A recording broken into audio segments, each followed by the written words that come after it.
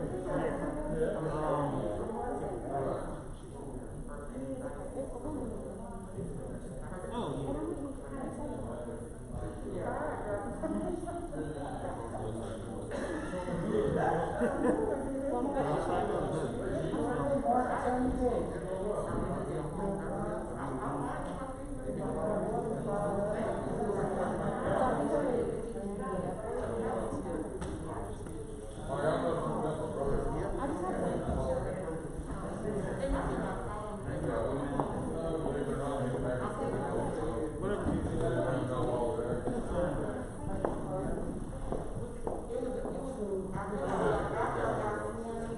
took over actually.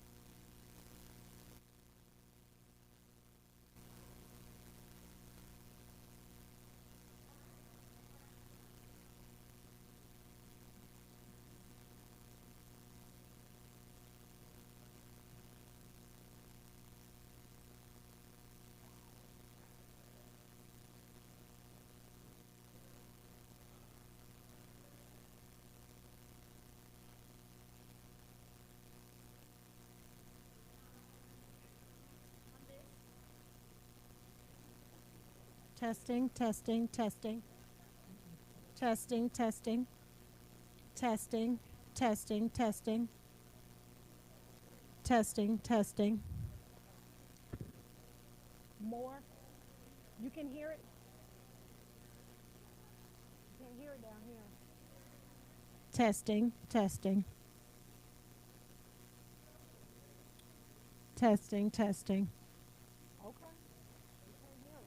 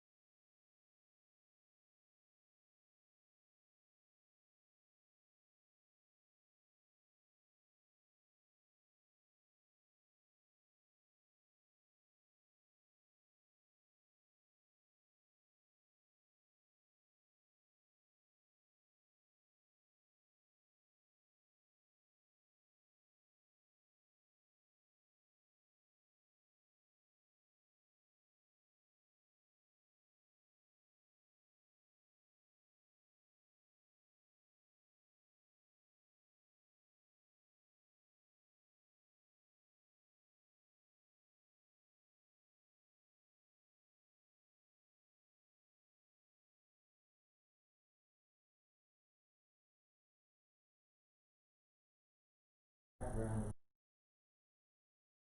I don't know if you had time to go out there yet, but it is awesome. But as Sarah said, do a virtual tour on the.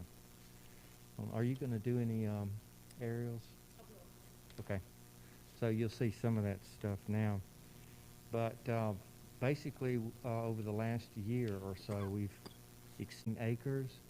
We did that at about 3.8 million for about 2,900 linear feet, 4-lane parkway.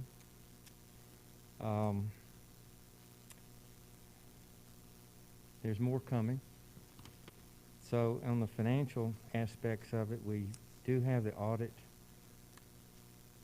for the most recent year, or actually takes us through June of this year, and that's underway.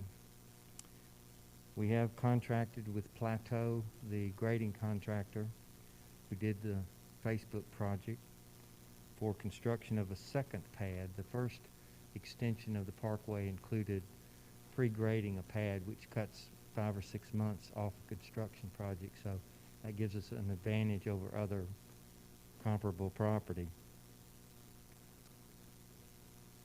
So this additional pad is 9.4 acres, and it's right off the new parkway, and we've, through our good representation, have been able to get that done at no cost to the Development Authority.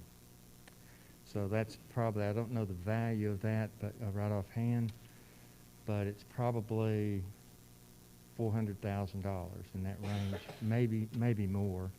But that'll give us another pre-graded pad, and that was done with excess fill dirt from the Facebook project. So they needed a place to put it.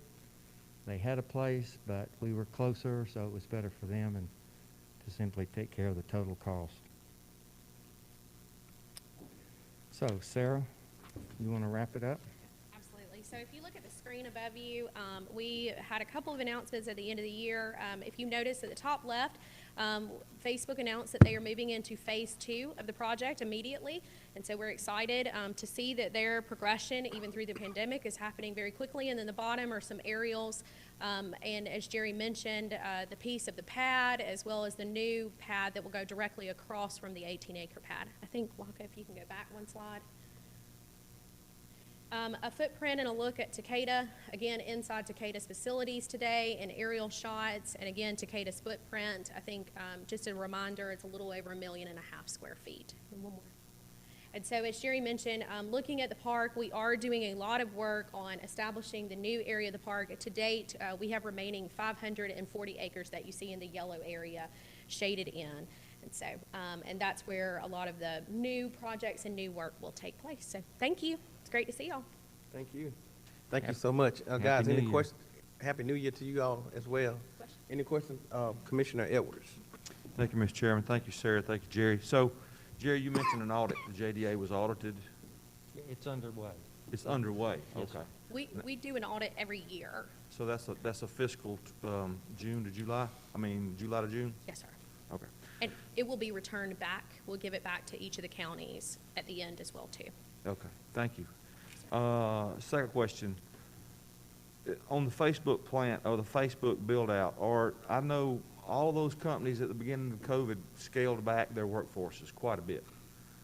Are they still scaled back, or are they back to full throttle? Great question. So if you remember at the beginning of Facebook's progress in construction, they had about 1,300 construction workers out on the site. They scaled back to what we understand was the lowest. It was around 800. To date, I think they worked into new shifts that they're pretty much back to that same pre-COVID number. As for Takeda Underhouse, again, they've done a lot of shifting. The manufacturing of the product itself is out at the site, but a lot of their office workers have remained at home or in a virtual format, which, again, thinking under roof, it's about 1,500 people, and so of their office staff, it's probably a quarter. Okay. Thank you. And one last question.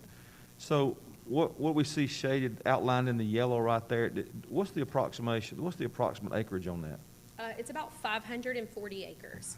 I thought About that was- usable acreage, it'd probably take down to about 400 or so acres, because you can see, even at the top corner, there's a lot of wetlands that's within that. Okay.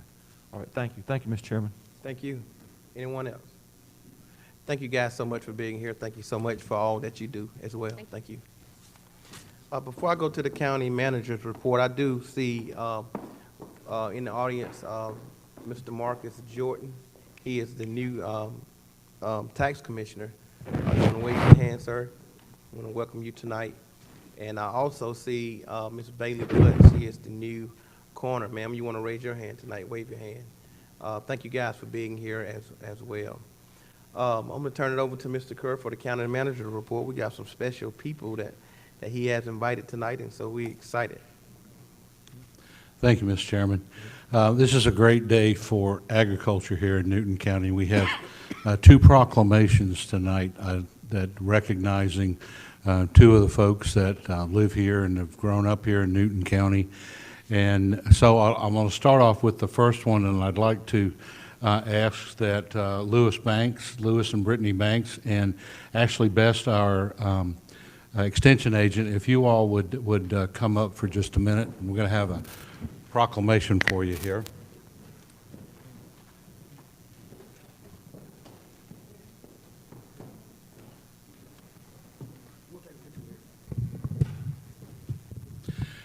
Ashley, if you would, maybe if you could explain to everybody what the award is that Lewis has been given. It's the how this came about and what the award is for, what the criteria is for the award.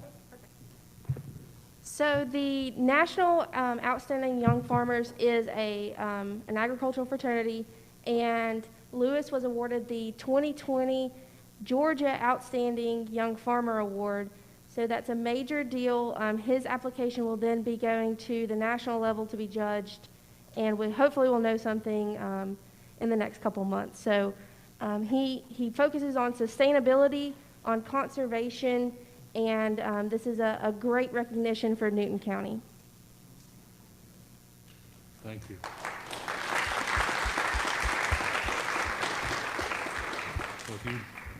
And so, Lewis, let me, if I can read this to you. And Brittany, if you want to come on up too, please.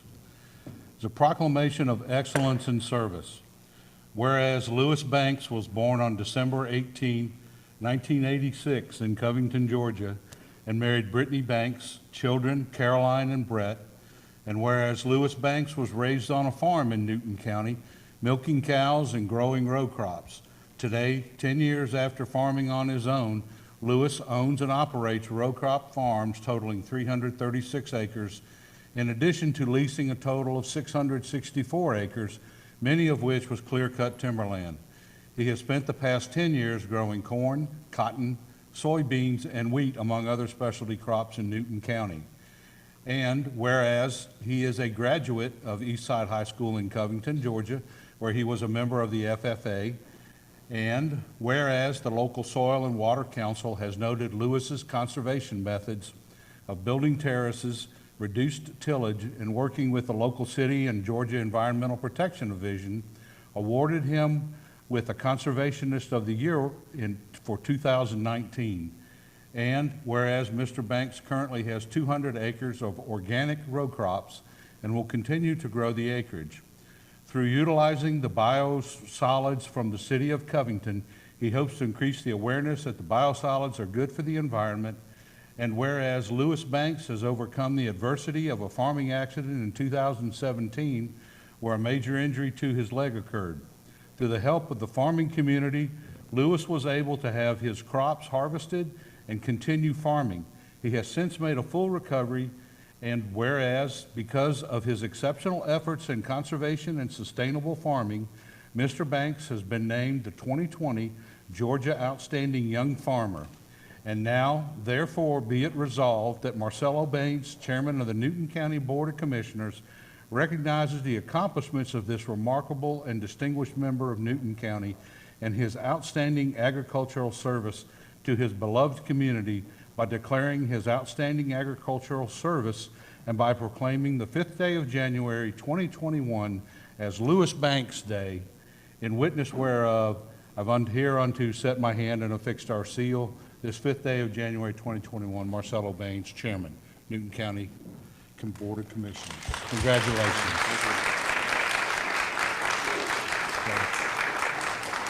We need to- Congratulations, sir.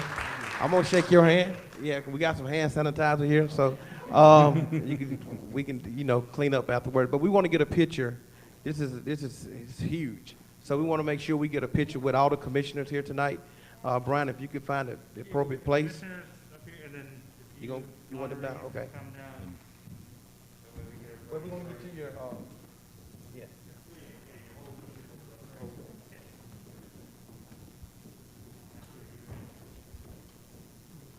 I'm gonna get-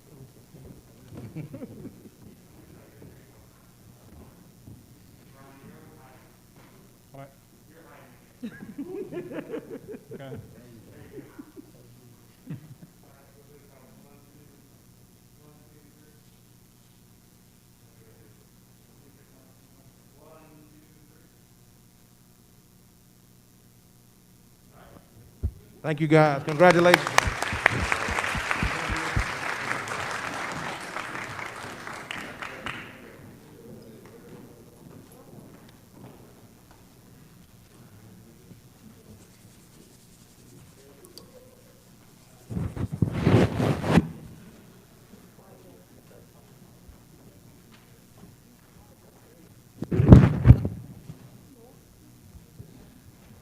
Now, if we could have Doster Harper, if you bring your family up with you, Doster, I'd appreciate it.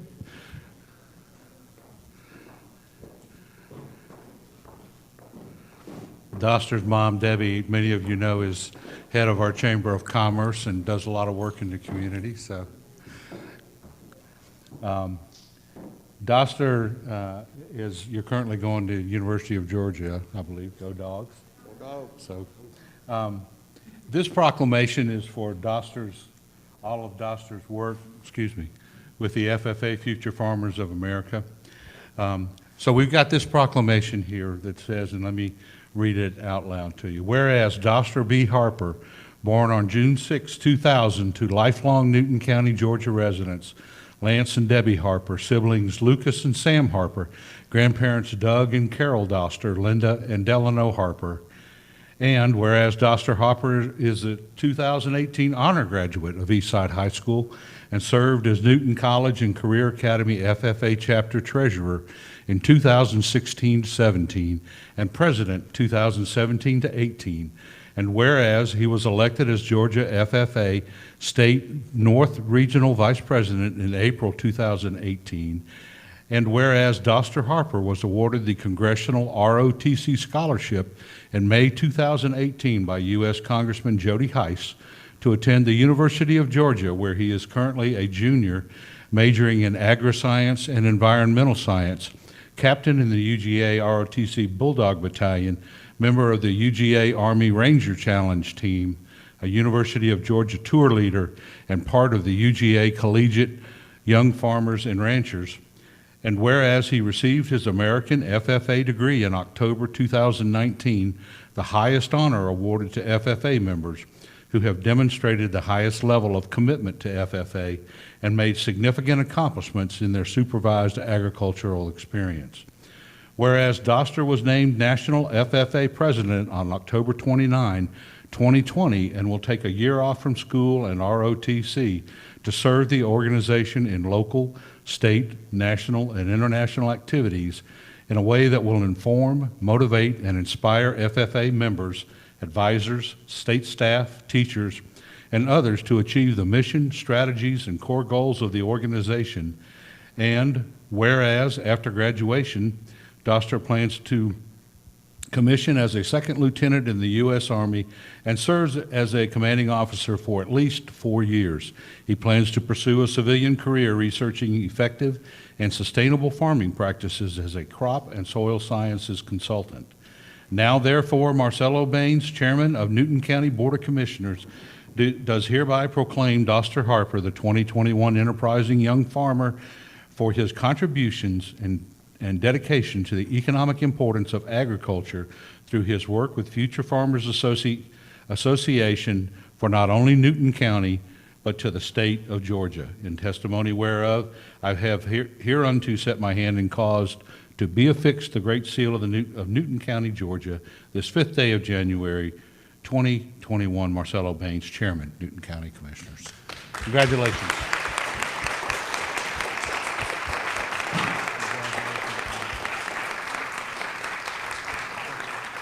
Guys, we're gonna get another picture with Doster. But guys, let me just say this: farming is such a huge thing in Newton County, and not just Newton County, throughout our state, throughout our world. And so we just excited that we have this young man here.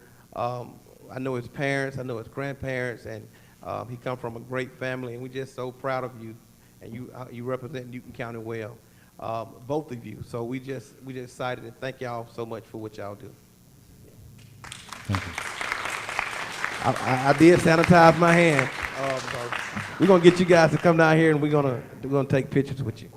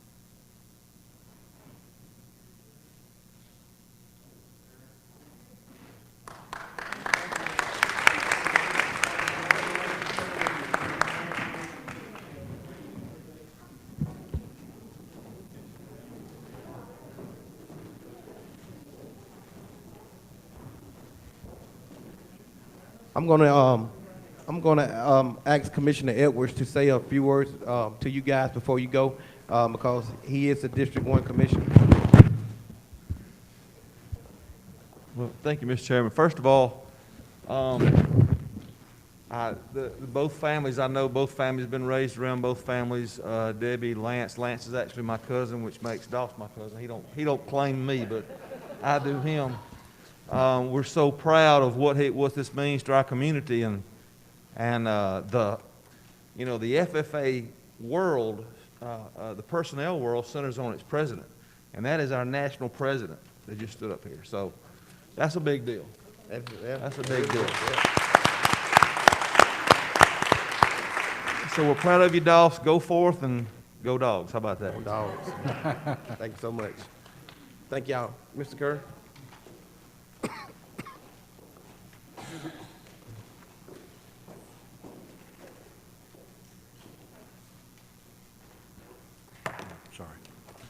Sorry.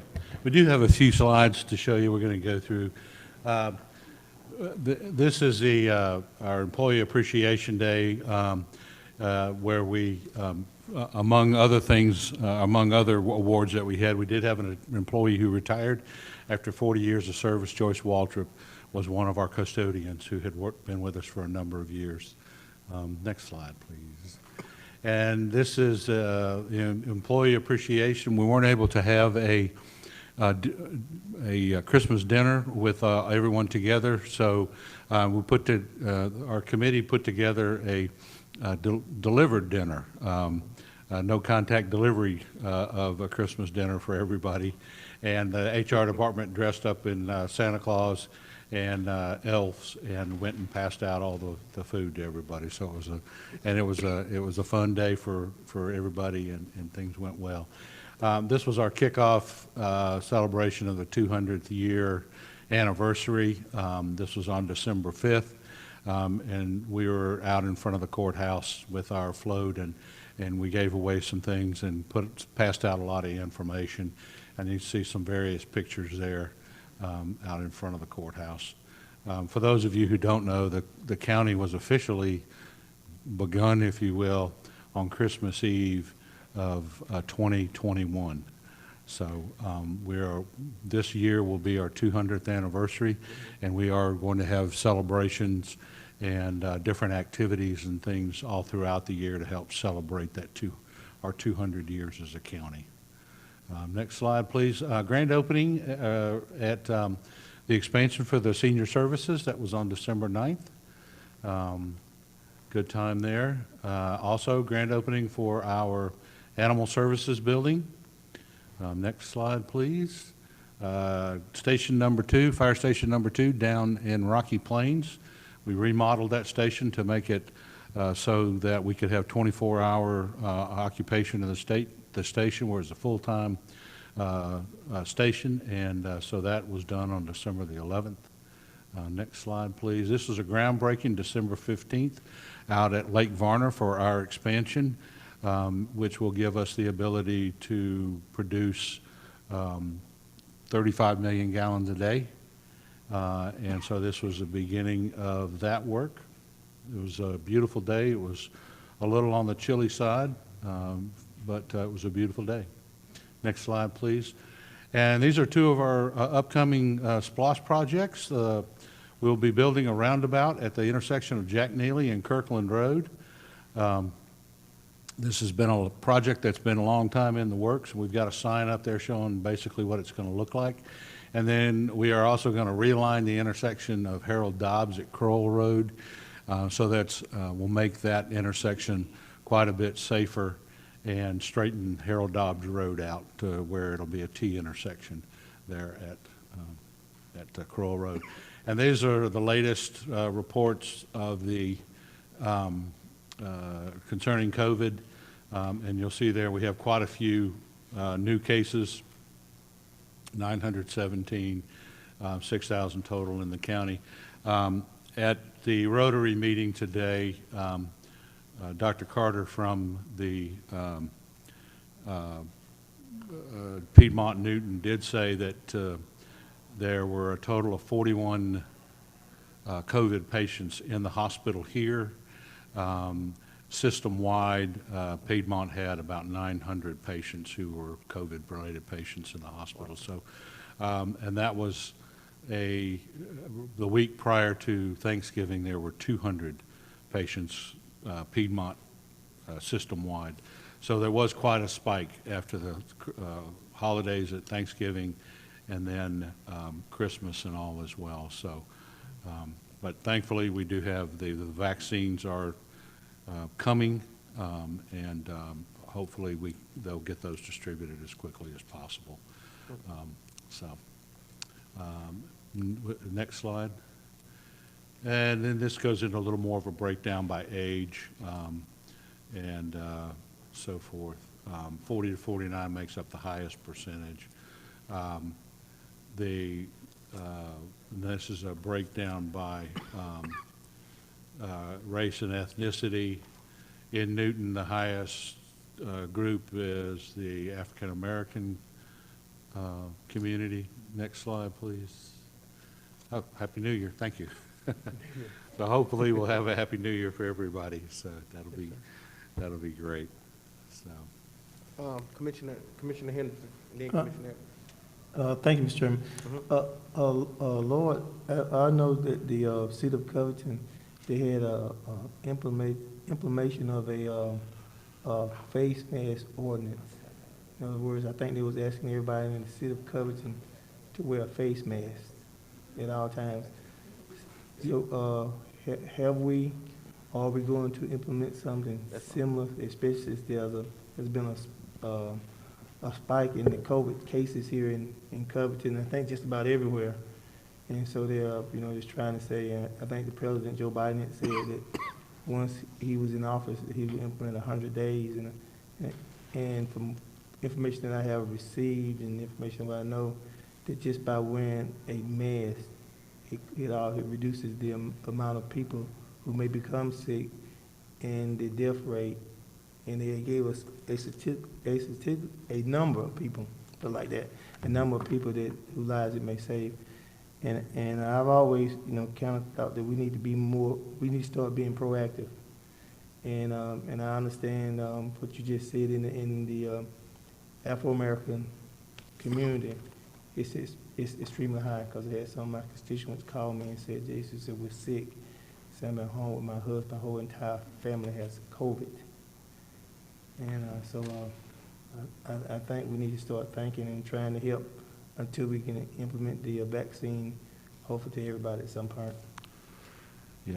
I take that. So let me apologize because our mask ordinance did expire on December 31st, and I forgot to get Ms. Jackie to put it on the agenda. But after he finishes his report, if you want to make that in the form of motion, I can add it to the agenda tonight. So that I appreciate you for reminding me to. Commissioner Edwards. Thank you, Mr. Chairman. So, Lloyd, in terms of the vaccine, do we have a timeline when more will be available for the county? I do not. It is really contingent on what comes into the state, when that arrives, and then how the state distributes it. But we were told, was it 2 weeks ago, Chairman, that there was 2,000 units given to the East Metro Health District, which includes Yes. Gwinnett, Newton, and Rockdale. 2,000 units probably would not cover even the medical personnel. Yeah. But so There's an order that's they're Yeah. gonna issue them out to first, so, yeah. So there's a, there is a tiers, several tiers that they will go through before the general public would be given the vaccine, as I understand it. But the distribution of it to the communities is, again, as I understand it, is left up to the individual states. Once it gets to the state, then the state determines how that those are distributed to what counties and cities and so forth. Yes. Anything else? No, Anything else, Mr. no, Chair? no, sir, that's all. Thank you. Thank you so much. Commissioner Henderson, would you make that in the form of a motion, please? Thank you, Mr. Chairman. I'd like to make a motion that we re-implement the mask ordinance for New County. It's been motioned by Commissioner Henderson, and second by, Commissioner Sanders. I'm sorry? Well, yeah, we need a date for it, yeah.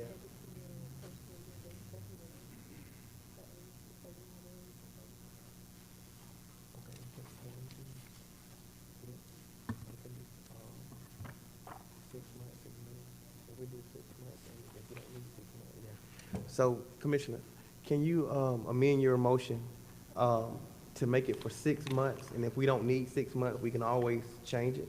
Absolutely. Yeah, so if you would do that, make it for 6 months. Absolutely. I would like to re-amend my motion for 6 months. Thank you, sir. Thank you. Again, it's been motioned by Commissioner Henderson and second by Commissioner Sanders. Any discussion? All in favor? Thank you. Pass 5-0.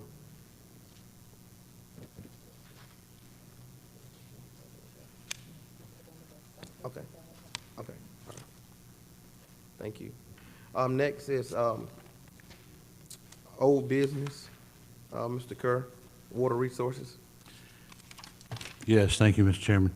As you all remember, we had a request, we were asked to approve, you were asked rather to approve a resolution regarding the contract documents for GFA loan that actually increased the amount of the GFA loan and the date, moved the date for completion out.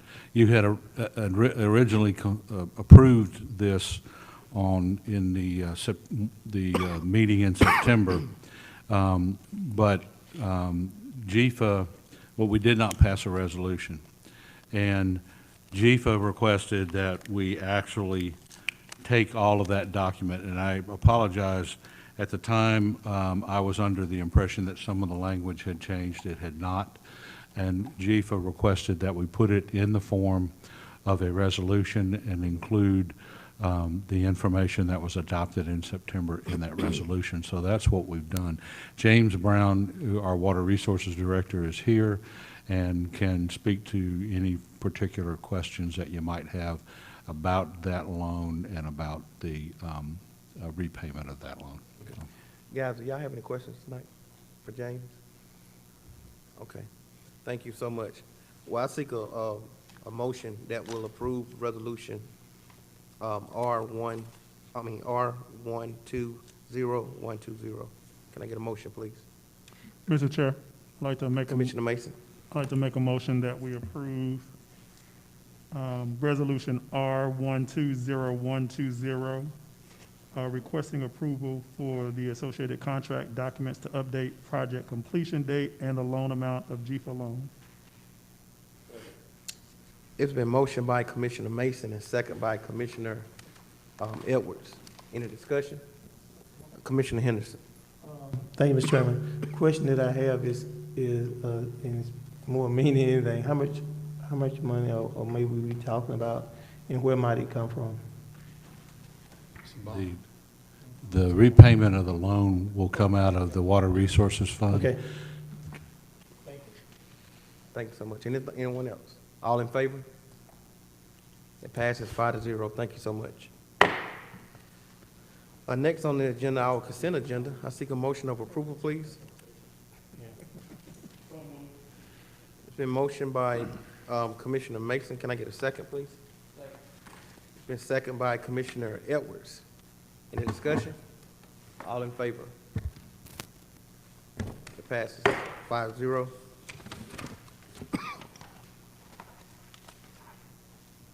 Next is our finance. Ms. Brittany is here tonight.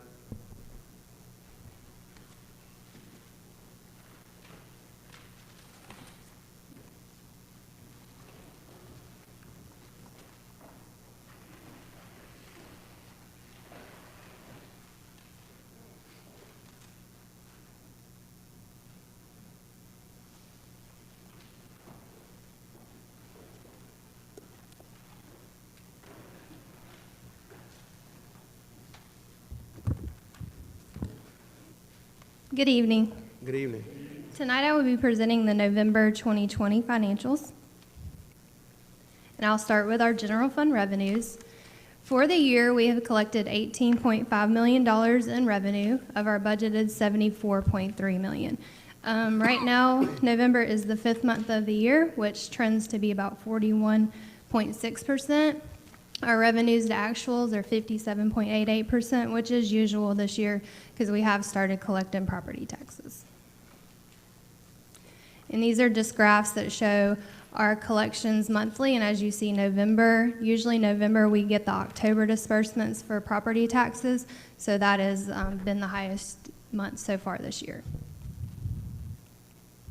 Our general fund expenditures, to date, we've spent $28.6 million in expenditures for the year. That's 38.5%, so we are trending a little bit under budget, with the budget this year being roughly 41.6%, so that's a good sign. Great. These are our expenditures by month for the year so far. So November was right around on average of what July, August, and September, and as I mentioned last time, October is a 3 pay period, so that one does, anytime we have 3 pay periods, our expenditures are a little higher that month. And our general fund totals for the year, to date, our revenues are $43 million and our expenditures are $28.6 million, so that trends us at revenues 14.3 million over our revenues for the year, and that does tend to slowly go down as the year goes on once our property tax collections do slow. In the enterprise funds, for the year so far, the water fund revenue to date is $4.1 million, and their expenses to date is $2.5 million. Our solid waste fund for the year, the revenues are $3.6 million, and their expenses are $2.1 million. And our Gaithers fund, their revenue for the year is $154,000, and their expenses are $119,000.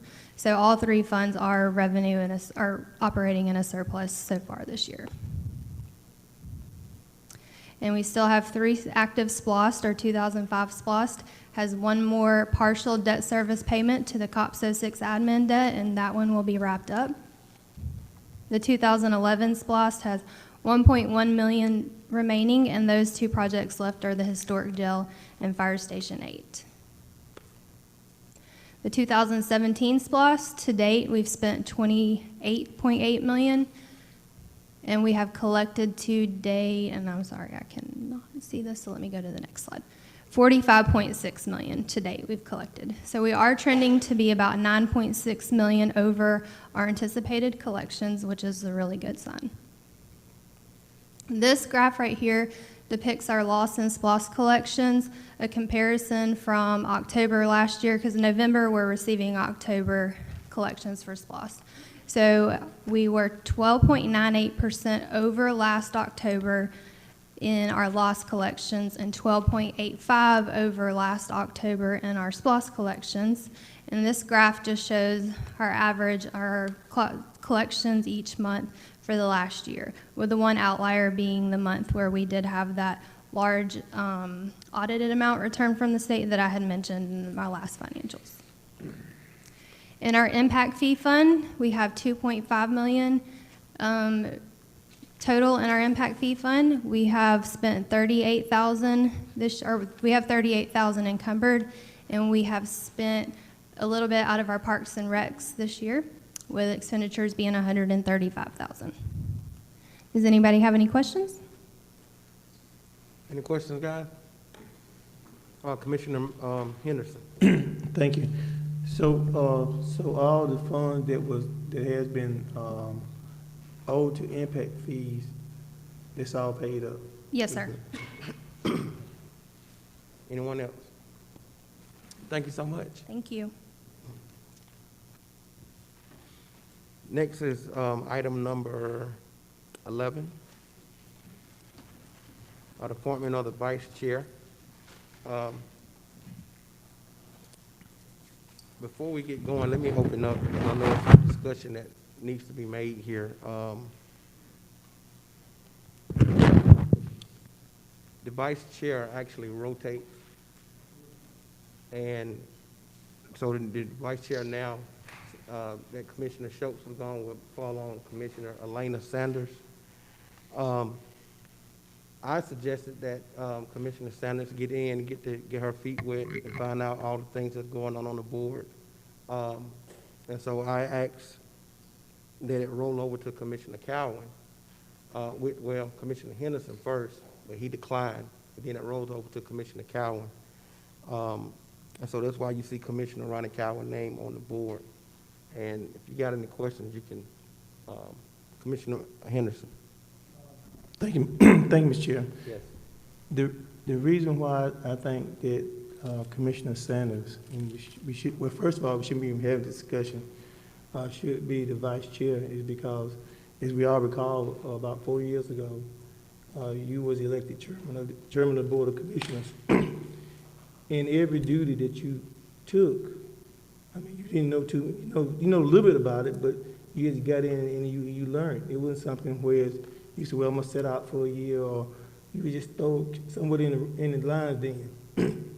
And so what I'm saying is I think that we shouldn't even consider bypassing Commissioner Sanders because she is fully capable and she's very smart. In fact, I believe, I take that back, I know, her education level is extremely high, and that this is something that she's already done, but just not in this vineyard.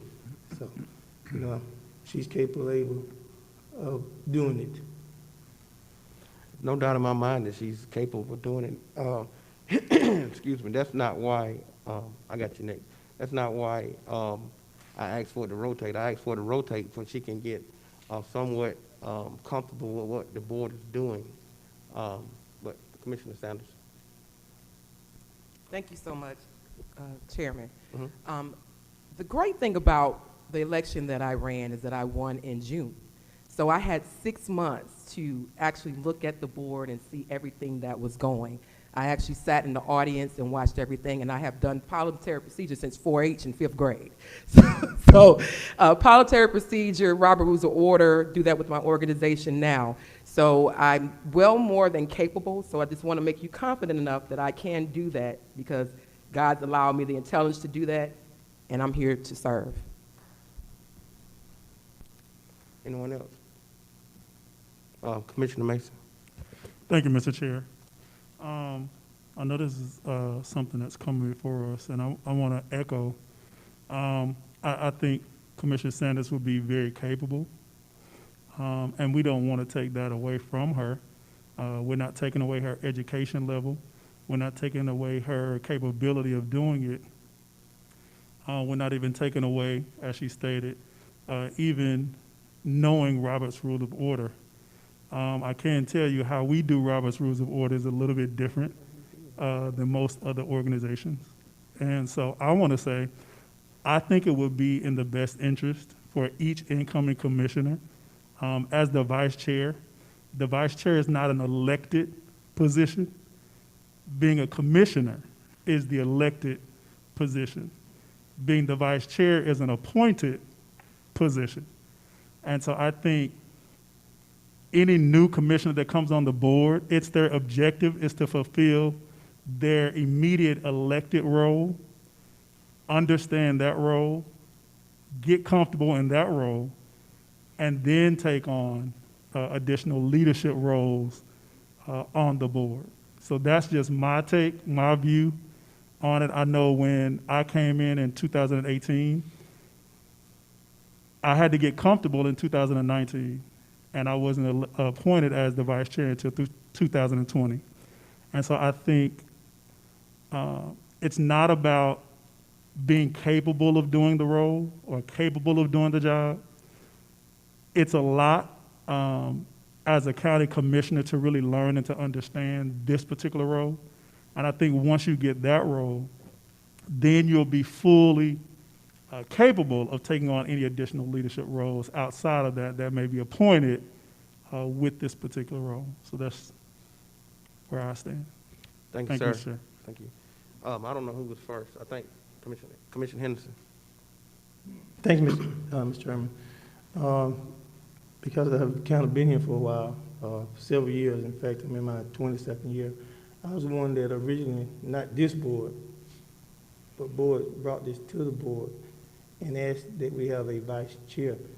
The position was set up to rotate around the board. And all it was set up to do was to give that person a little bit of experience, maybe one meeting, or maybe 2 meetings to act as sitting in the chair seat for a minute or two. So he or she, in this case, she, would have that experience. It's not in a permanent position. It's just something that rotates around the board. And who's ever in that rotates to assume that position. Now, just let me say this, and I'm probably gonna go there a little bit. There was been seats in District 3 that have been, kind of people just stop and say, I no longer want to be in it, and then they make motion for themselves to put in it, and rather than give her the opportunity of really servicing the citizen in District 3 that she was elected to serve. So let us just do what we're supposed to do the way it was set up, because there's nothing in there. And Miss Jackie, she might have been here when I did it. That was something, and the reason, let me say this, I'm gonna be quiet. The reason why I did it, because City Government had a pro tem position, and the question was asked, did I ask the board, why do we have a pro tem position, and we can have a vice chair position? And we said, we just rotate around the board. And I think the first several times it was rotated, the chairmans always would do everything. Then once in a while, they said, well, I'm gonna do a little something, don't speak. But, like I said, I don't even know why we're going there. Thank you. Commissioner Sanders. Thank you, sir. We all are elected officials, and we all started in this position not knowing from the beginning. There was no class besides ACCG when we ran that told us how to become a commissioner or told us how to become a chair. We had to learn that position and learn that role, as we see it's still happening now. So as a vice chair, it's an opportunity for whoever's in that role to learn that position if they ever decide to move up. So everything is a learning experience. Never deter somebody from learning. I agree with you 100%, and that's exactly why I'm saying, we want to give you an opportunity to learn. Not saying that you can't not do it, I'm not saying that, but I'm saying we want to give you an opportunity to learn. But anyone else? Commissioner Edwards. Thank you, Mr. Chairman. I certainly don't doubt Ms. Sanders, Commissioner Sanders' abilities, and I agree with what she just said in terms of having to learn from ground zero. And having to learn, I know sitting over here 4 years ago, learning from ground zero, this particular position, and maybe being thrust into a vice chair role at that particular time would have been less stressful. But some of the things we have going on right now in terms of litigation, where I believe it's required, what will be required is going to be too much for a new commissioner. It would have been for me. So for that reason, I'll support Commissioner Cowan as vice chairman. Thank you, Mr. Chairman. Go ahead, Commissioner Henderson. The next, after this, I'm gonna call. I have a for the vote. question to the county attorney. And the question is, if this position has always rotated around this board, or are we changing this position now? Well, first, let me say I don't know that it has always rotated, but since I've been here, it has. It has rotated right down the districts. I would recommend that you be consistent in how you do this. So if you're rotating through and it should be District 3, I would recommend that you continue with your same practice as you have in the past. Does that answer your question? Thank you.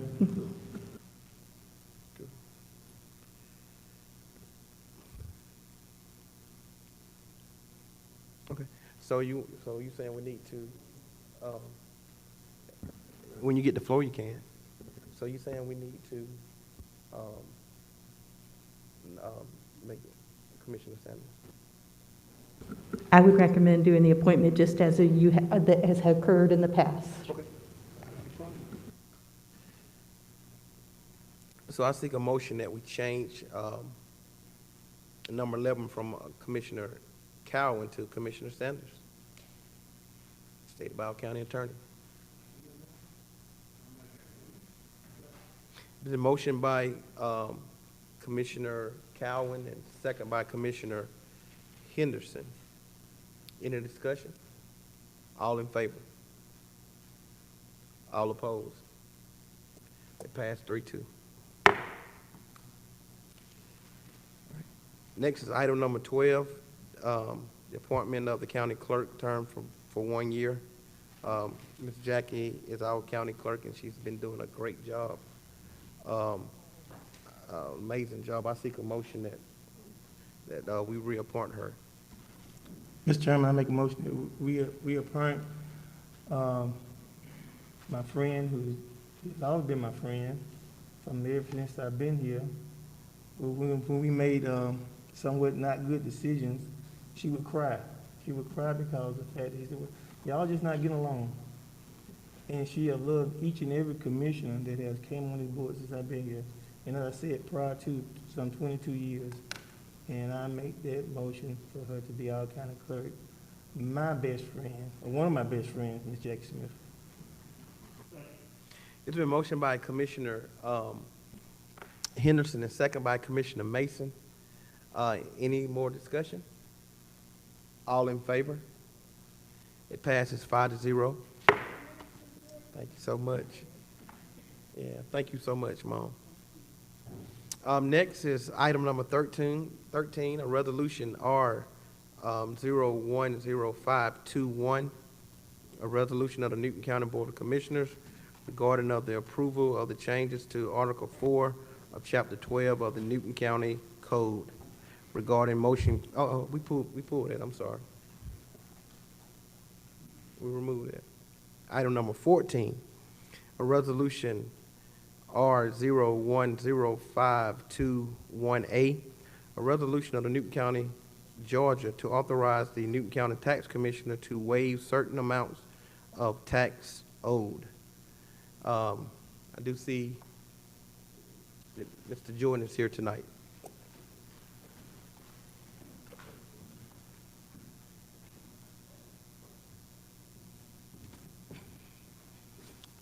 Good evening, everyone.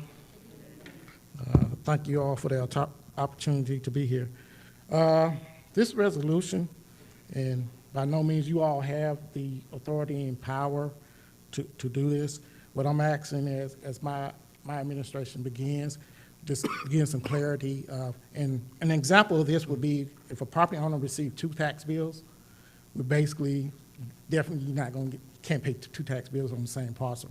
Or there may be a tax bill that was sent out on a 50-acre tract, but it should have been a 30-acre tract just according to a survey. And I thank Ms. Barber for asking the question, and I hope those examples kind of helped you out with that.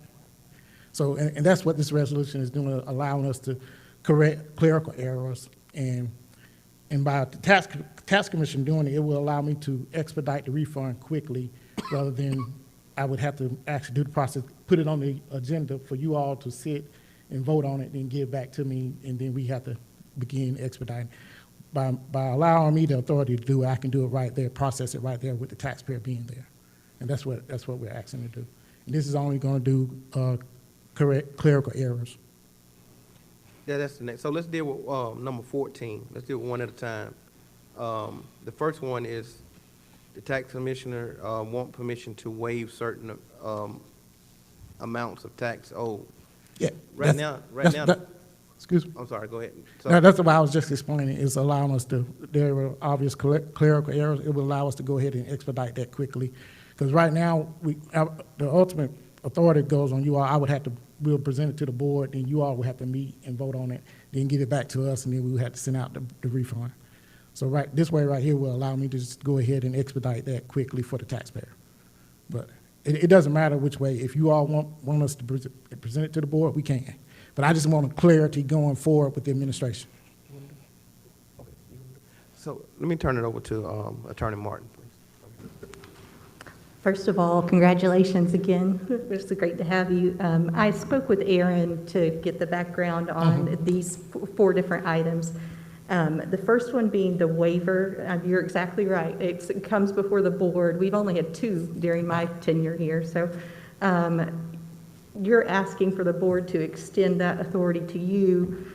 And the only time that can happen is when the tax commissioner reasonably determines that the default giving rise to the penalties and/or interest was due to reasonable cause and not due to gross or willful neglect or disregard of the law. So if the board would like to move forward with giving Tax Commissioner Jordan this authority, we need to have a motion and approve such, and with the understanding that, again, this is not authorizing waiver of taxes. It would only be penalties and interest. This is a power that the board currently has. There's a request from the tax commissioner to delegate that authority to him or his office. So you're asking us to give up our authority to do it and turn it over to you? Well, the only thing I'm asking is some clarity going forward. I mean, it doesn't matter to me. Because, I mean, we could send it over. It's not a whole lot of them that, again, maybe 1 or 2, but I'm just saying we could expedite it quickly. But I just want clarity going in current administration. That's it. Commissioners, any questions? Commissioner Mason. Thank you, Mr. Chair. Congratulations once again, Mr. Jordan. How long is the current process with it remaining with the board? How long is that current process? How long does that take to rectify or resolve this particular matter that you're referring to? What you're looking at, if it's got to get on the board's agenda. Once it's on the agenda, then you all have to make a decision. Then you still got to get it back to us. So that still puts it out maybe 3 weeks. And then with your resolve, it'll basically be just immediate. Yeah, we can versus that 3 weeks. immediately process it. And then how will we know when those transactions are taking place? We could actually provide quarterly reports of anything errors and release, anything like that happens, we can provide the commissioners with any reports of anything like that, of such process. Thank you, Mr. Chair. Thank you. Commissioner Edwards. Thank you, Mr. Chairman. Thank you, Mr. Jordan. I want to ask a question of County Attorney. So, as written, did I hear you say as written, this is not legal? Will you repeat that? I'm sorry, our chairman had a cough. I didn't hear. As written, is this, I know the intent is not to waive taxes, don't get me wrong. I know we're trying to delegate some authority here, but as written, is this legal? Yes, we did go over it once. We got that call at the end of last week, and we went through those. Aaron did at our office. Okay, so take me, refresh my memory what you were just saying in terms of penalties and interest.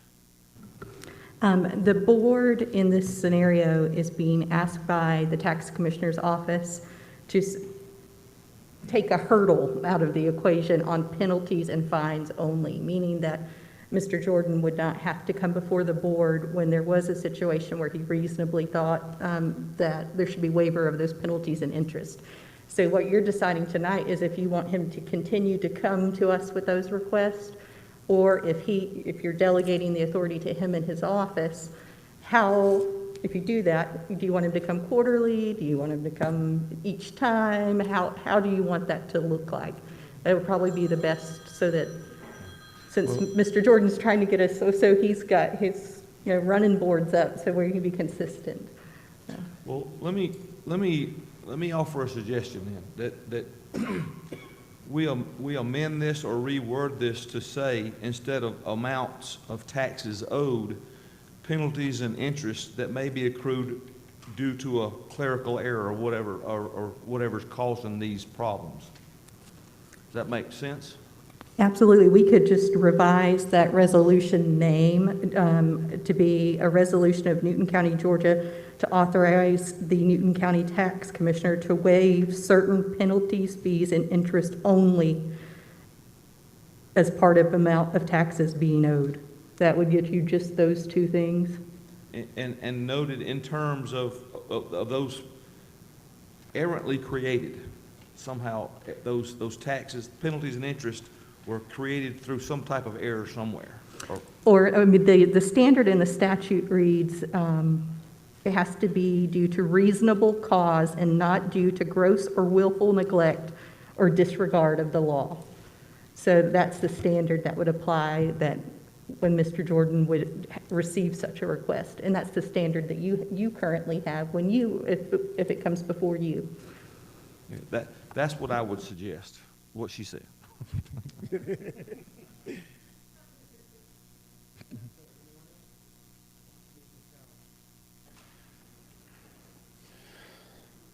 Thank you, Mr. Chairman. I guess when it comes to taxes, we're the body that's responsible for setting a millage rate and telling the citizens how much they got to pay. And Marcus, and by the way, congratulations. Your job is the tax collector as commissioner. So when it comes down to a issue of basically a refund,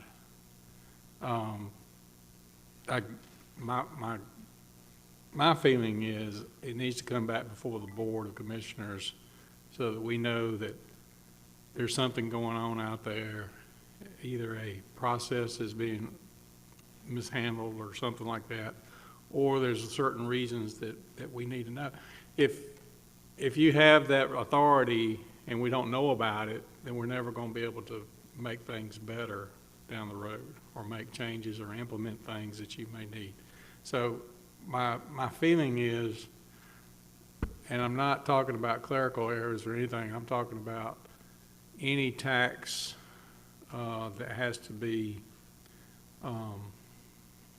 basically waived or basically changed or whatever, along with any penalties and interest and things like that, should come back before the board based on your presentation. If it's your recommendation and it's reasonable and the Board of Commissioners agreed, I feel like that's the proper way Is that the way that we're set up right now, Megan? Yes, sir, you're correct. Okay. I strongly feel like we're the body that's responsible for demanding,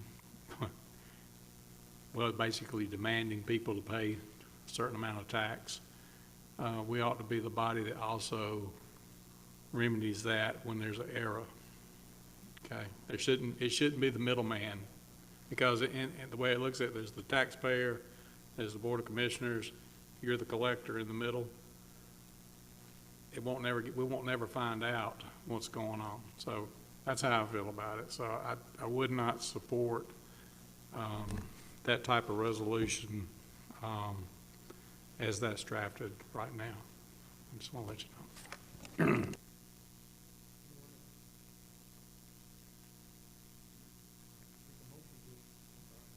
I seek a motion, please.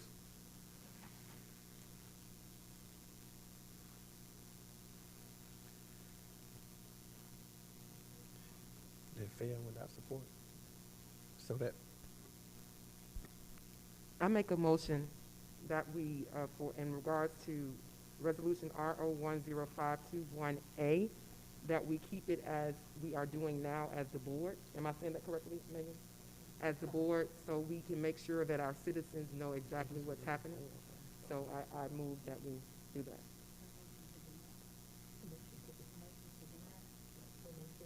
so can you do that? Yes, you can. You can, most definitely. Yes. I make a motion to deny Resolution RO10521A, that we as the board keep it the same way that it's actually set. Thank you. It's been motioned by Commissioner Sanders and second by Commissioner Cowan. Any more discussion? Commissioner Henderson. Thank you, Mr. Chairman, excuse me. So you came here to ask the board to do away with that, or to, I mean, Well, let me state this. My purpose for being here is to get some clarity going forward. So I know what's going on. So so now, if a taxpayer is in there, I can say, well, this has to go to the Board of Commissioners. So that's my purpose for being here, is to get some clarity going forward. So I know exactly. Now I know where the commissioners stand with this, so I can say, well, this has to go before the Board of Commissioners for their approval or denial. so this motion gives you direction. It makes everything crystal clear for me. Okay. I'm fine. Thank you. Thank you. I'm going to ask, if you don't mind, I'm going to ask Attorney Martin to take us through. Did it? Yeah, it did. 5-0? Yeah.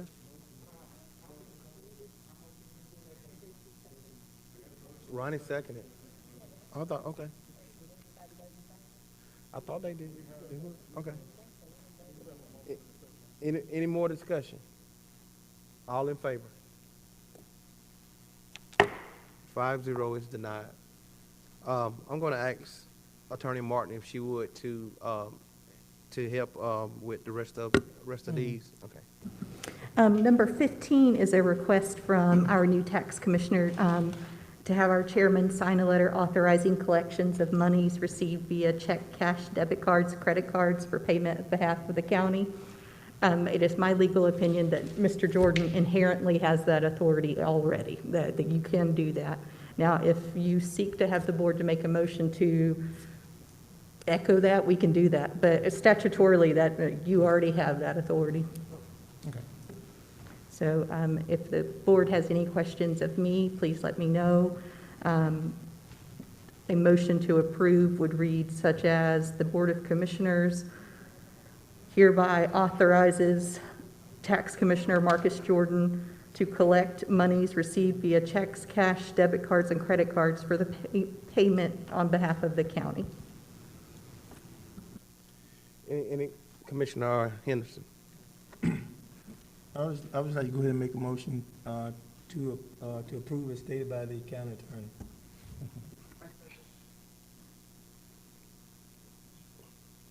We'll do it on discussion. So it's been motioned by Commissioner Henderson and second by Commissioner Sanders. Any discussion? Commissioner Edwards. What was the motion again? It was to, in favor of what Commissioner Jordan's asking? Yeah, I've had it. Right, I was gonna agree with Commissioner Henderson that, Commissioner Jordan has come to us seeking clarity on several issues, and we owe him a definitive decision on every one of these. So, thank you, Mr. Chairman. I just want to make sure I understood that correctly. Anyone else? All in favor? Pass 5-0. Thank you. Item number 16 is what Mr. Jordan was speaking of earlier on. That is the ability to authorize corrections of obvious clerical errors in accordance with OCGA 485380C. With that, I think, again, this is an inherent authority that lies in your office. We can prepare a resolution if you'd like that would take care of that, but otherwise, I didn't see that, because the statute's in place, I don't know what else that we could, as the board, do, because that's your inherent ability or authority there. So if you would like, Board of Commissioners, the motion, if you would like to approve this, would be, I make a motion to approve Tax Commissioner Marcus Jordan's request to authorize to correct obvious clerical errors in accordance with OCGA 485380C. So he's already doing it in his office. So you still want the board approval? Yes. Okay. I seek a motion, please. Motion to approve as stated by the county attorney. Second. It's been motioned by Commissioner Edwards and a second by Commissioner Mason. Any discussion? All in favor? Pass 5-0. Thank you. The last request that our new tax commissioner has for us tonight is a request for authorization to pay tax collections to the county on a biweekly basis. I did research this for us, and under state law, any county with a population of 30,000 or more, the tax commissioner must pay weekly. We have found no statutory authority for the county to modify the payment schedule, and it's our recommendation that the board deny this request. If I may, I sent over a sample, so it should have been, I think we're doing it weekly anyway. So my main thing is just, I'm just asking the board to say, Marcus Jordan, you are allowed to do this. No different than the other two. But this right here was a sample, and it should have been weekly. So we're gonna deny this and let it stay the way weekly? That's what you're saying? Yes, I think if we do it differently, we're going to come up against this statute that says anything over a population of 30,000 or more, it's a weekly pay. So whoever make this motion needs to Motion to incorporate- deny. Okay, tonight, okay. If they choose to deny this request, I would just say, motion to deny, and then read the language there next to the item 17. I seek a motion, please.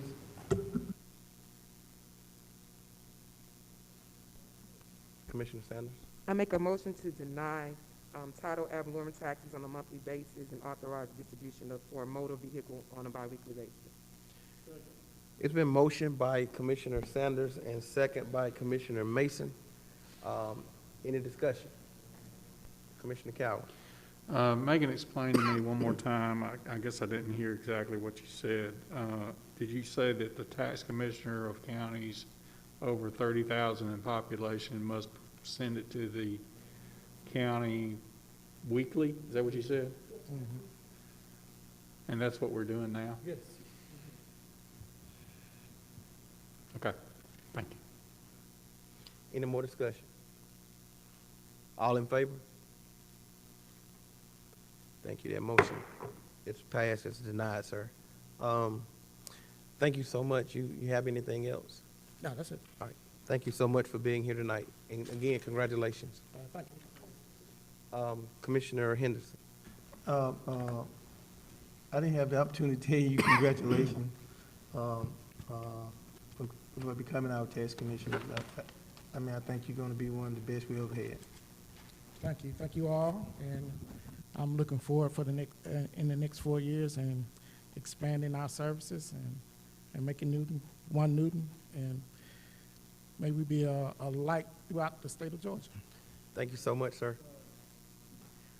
Next, is item number 18, information services. Discussion consideration of requesting approval of security vendor service level agreement. Mr. Kerr? Thank you, Mr. Chairman. Greg Mann, our Information Services Director, was here. It appears that he's had to leave, and unfortunately, I'm not very familiar with this particular contract. I know that this is for, is a renewal for our security services, but unfortunately, this does not have, the information that we have does not have the contract fees on it, and so I would prefer that we continue or delay this until our next meeting, please. Thank you. Mr. Edwards, Commissioner Edwards. Mr. Chairman, I'd like to make a motion that we table item number 18 for at least 30 days. Thank you, sir. It's been motioned by Commissioner Edwards and second by Commissioner Henderson. Any discussion? All in favor? It's tabled for 30 days. Next is item number 19, IGA, discussion consideration of intergovernmental agreement with the City of Covington for installation of fiber optic cable for public safety purposes. Mr. Kerr? Thank you, Mr. Chairman. As a part of our 911 upgrade system, we need to, we're going to be locating equipment on the water tower at General Mills and also on a cell tower at the Williams Brothers site off of Washington Street. Both of these sites have to have fiber extended to them, and the City of Covington would be extending that fiber. The total cost of the fiber extension is $95,000, pardon me, $95,121.25, and the city is going to partner with us to $28,000 of that will be from the city. So the total cost to us will be $57,121.25. And this IGA is to cover, is in relation to the extension of those fiber optics lines. Thank you, sir. Commissioners, any question, guys? Or fiber lines. I seek a motion, please. Commissioner Edwards. Mr. Chairman, I'd like to make a motion to approve the intergovernmental agreement with the City of Covington for installation of fiber optic cable for the public safety purposes not to exceed, on behalf of Newton County, $57,121.25. Thank you, sir. Can I get a second? It's been motioned by Commissioner Edwards and second by Commissioner Sanders. She beat you. Yeah, she beat you. Oh, she beat you. She beat you. She beat you. She beat you. Oh, wow. Yeah. Oh, wow. Yeah, it's second by Commissioner Sanders. Any discussion? All in favor? It passed 5-0. So let me just say this. I greatly appreciate y'all rushing to do it, because normally we kind of slow the second. So hey, keep it up, definitely. Next is item number 20, IGA, discussion consideration of intergovernmental agreement with the City of Covington for harvesting and sale of timber on a jointly owned property near Covington Airport. Mr. Kerr. Thank you, Mr. Chairman. This agreement is to allow the city to secure bids and to arrange for the harvesting of timber on a piece of property that is jointly owned by the city and the county. This property is on the eastern side of Highway 142, directly adjacent to the end of the across 142 from the end of the runway.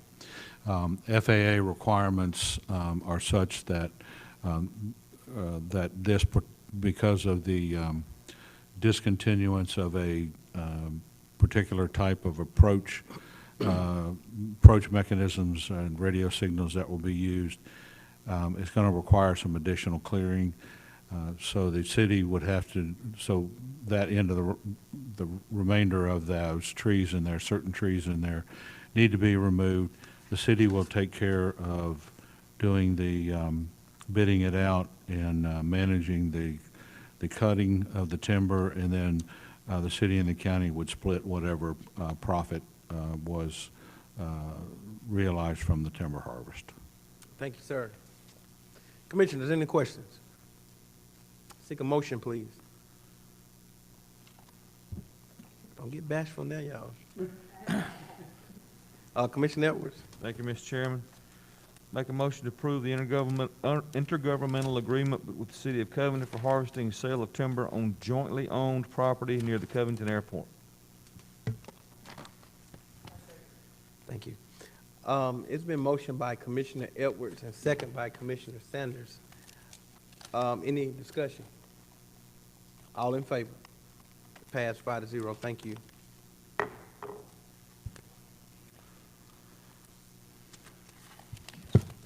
Next is Bear Creek property discussion, consideration of agreement for the sale of realty and the release of easement with James A. Smith. Ms. Martin. Thank you, Mr. Chairman. In front of you all tonight, you have an additional memo regarding a sales transaction regarding Bear Creek. We're asking the board to approve. This is another repurchase option that is being exercised by a property owner, James A. Smith, that abuts the Bear Creek Reservoir project. The particular transaction is simply to release an easement interest that is over the purchaser's property. The purchase price is $700. I could go into much more detail if you'd like, but the broad strokes would be that we're simply releasing an easement for $700. Commissioner Edwards. Motion to approve the agreement for sale of realty and releases of easements with James A. Smith regarding the repurchase of .0183 acre of an 0.183 acre easement area to be released from their property at tax parcel 0121003 for $700. Thank you, sir. Can I get a second, please? It's been motioned by Commissioner Edwards and second by Commissioner Henderson. Any discussion? Commissioner Edwards. Thank you, Mr. Chairman. Megan, this is simple cleanup work from the previous year, right?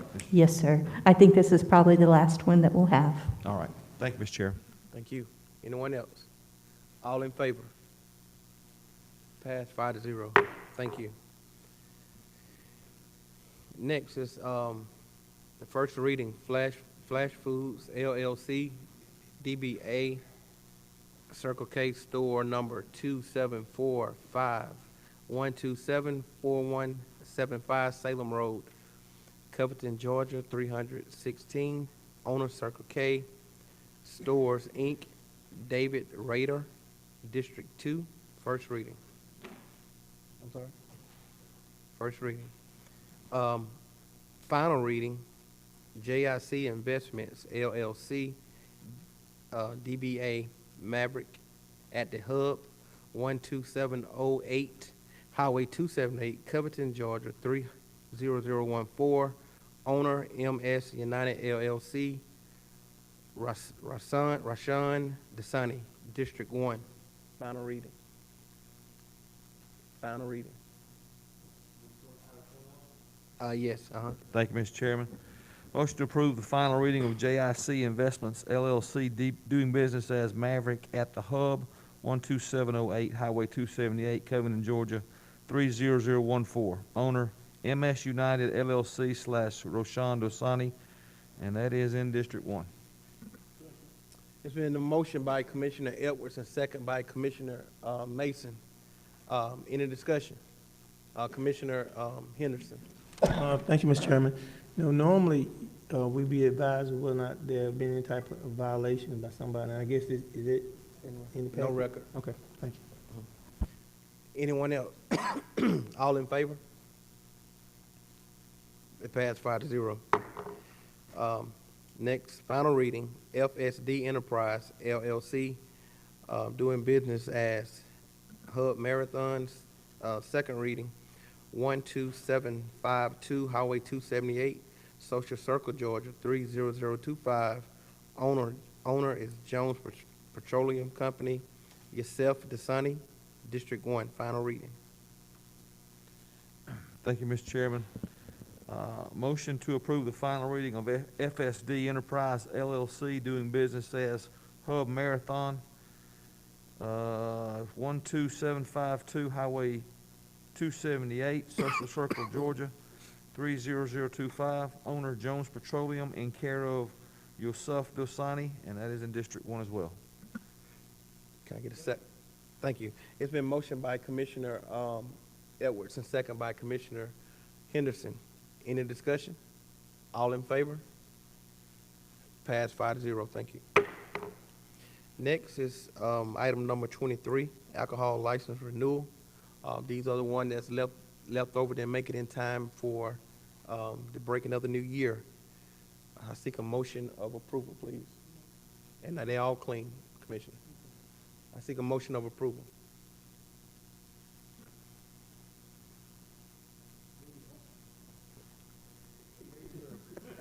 All right, y'all. Motion to approve the final reading of FSD Enterprise LLC doing business as Hub Marathon, 12752 Highway 278, Social Circle, Georgia, 30025. Item 23, I'm sorry. Oh, item 20, oh, sorry. To approve the 2021 alcohol license renewal. Thank you. It's been motioned by Commissioner Sanders. Can I get a second, please? It's been, he beat you. No, he beat you. It's second by Commissioner Henderson. Any discussion? All in favor? It passed. All in favor? It passed 5-0. Thank you. Next is item number 24. Thank you, guys. Citizens' comments. This is an opportunity that we allow citizens to come up and make comments. You have 3 minutes to do, excuse me, to do so. Please state your name and your address for the record, please. In the citizens' comments. Thank you much. Before we go into the commissioner's comments, I do see the sheriff has came in, and we recognize all the elected officials, so we want to recognize you also tonight, sir. Thank you for being here. Commissioner Edwards. Thank you, Mr. Chairman. I'll be brief. Happy New Year, everyone. Look forward to working with this board. Our last board was wonderful. We won't always agree, but we'll always agree to disagree and then be happy with each other. How about that? So I look forward to working with everybody. I want to take a step back to 2020 1 second. We had a lot of heroes in our community during that year. We had unprecedented health crisis.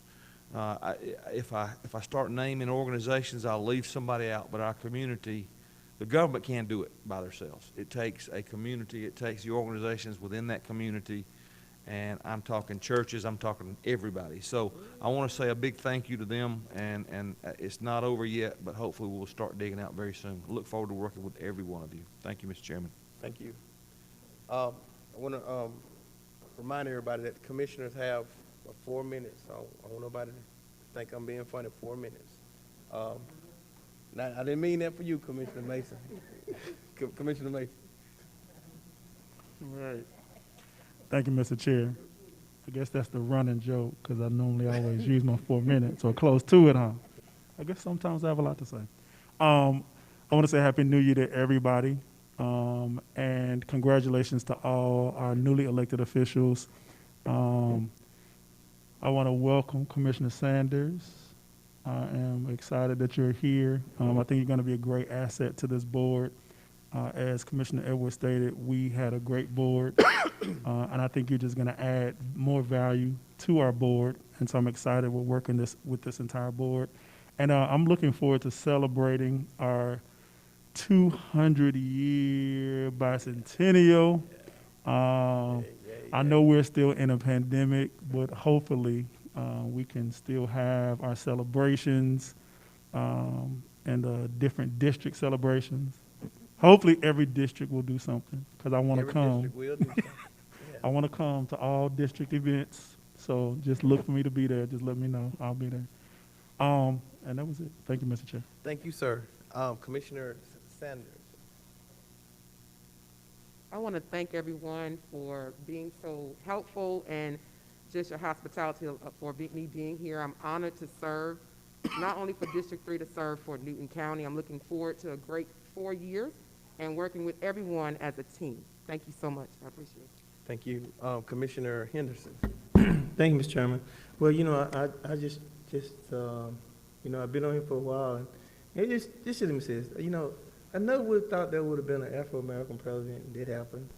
I never would have thought that there would have been a man of color or people of color as chairman of Newton County Board of Commissioners since it had been 1975, since we were given the opportunity to be on such boards. And I never would have thought that we would have had the first Afro-American woman as a commissioner. And I just thank you. I just think this world is changing, y'all. And it's something I've learned over my years that I've been here. If you don't move with change, guess what? Change will lead you sitting right down. It'll lead you. And so I thank God for giving me the opportunity to see stuff that my grandmother, my grandfather, and my folks who have passed on love to have the opportunity to see. Thank you, Mr. Chairman. Thank you, sir. Commissioner Cowan. Thank you, Mr. Chairman. On a sad note, I want to just mention that Steve Biggers passed away.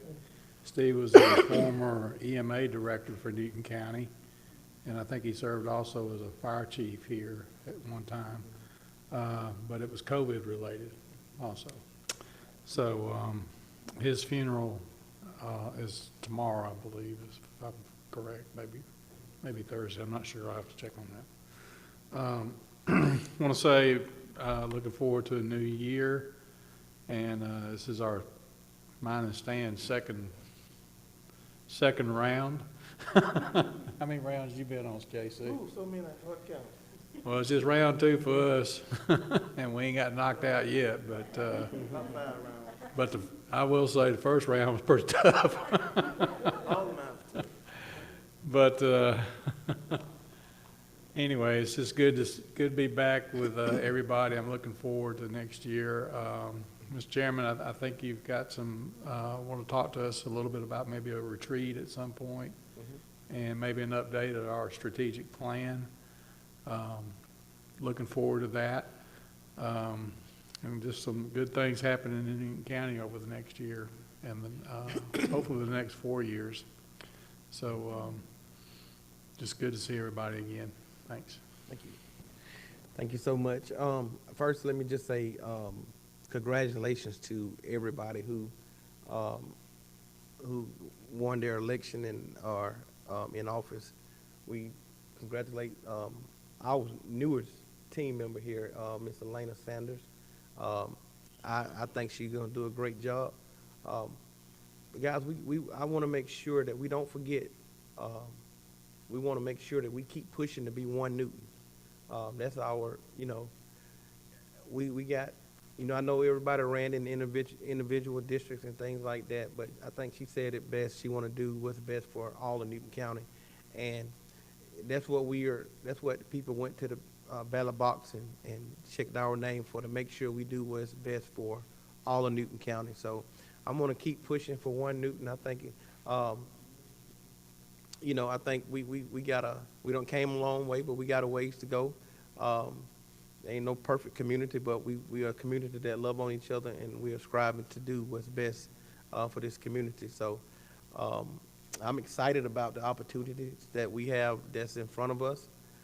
So let's work together and see, can we make them happen and accomplish some of these goals that we got. We are going to be looking to do some retreats.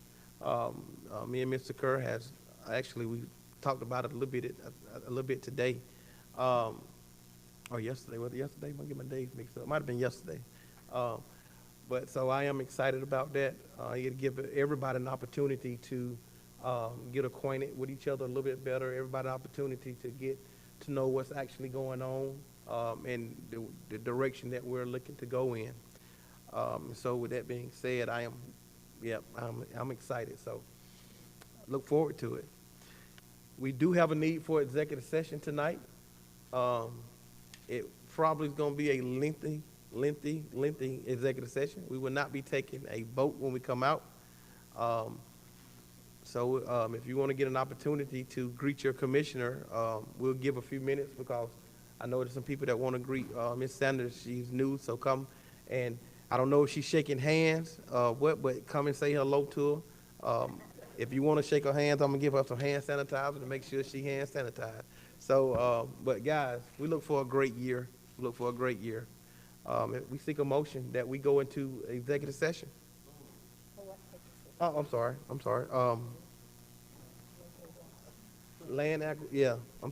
One second. Land acquisition, personnel, and, land acquisition, personnel. I seek a motion. It's been motioned by Commissioner Edwards, and second by Commissioner Mason. All in favor? We move to executive session. Thank you.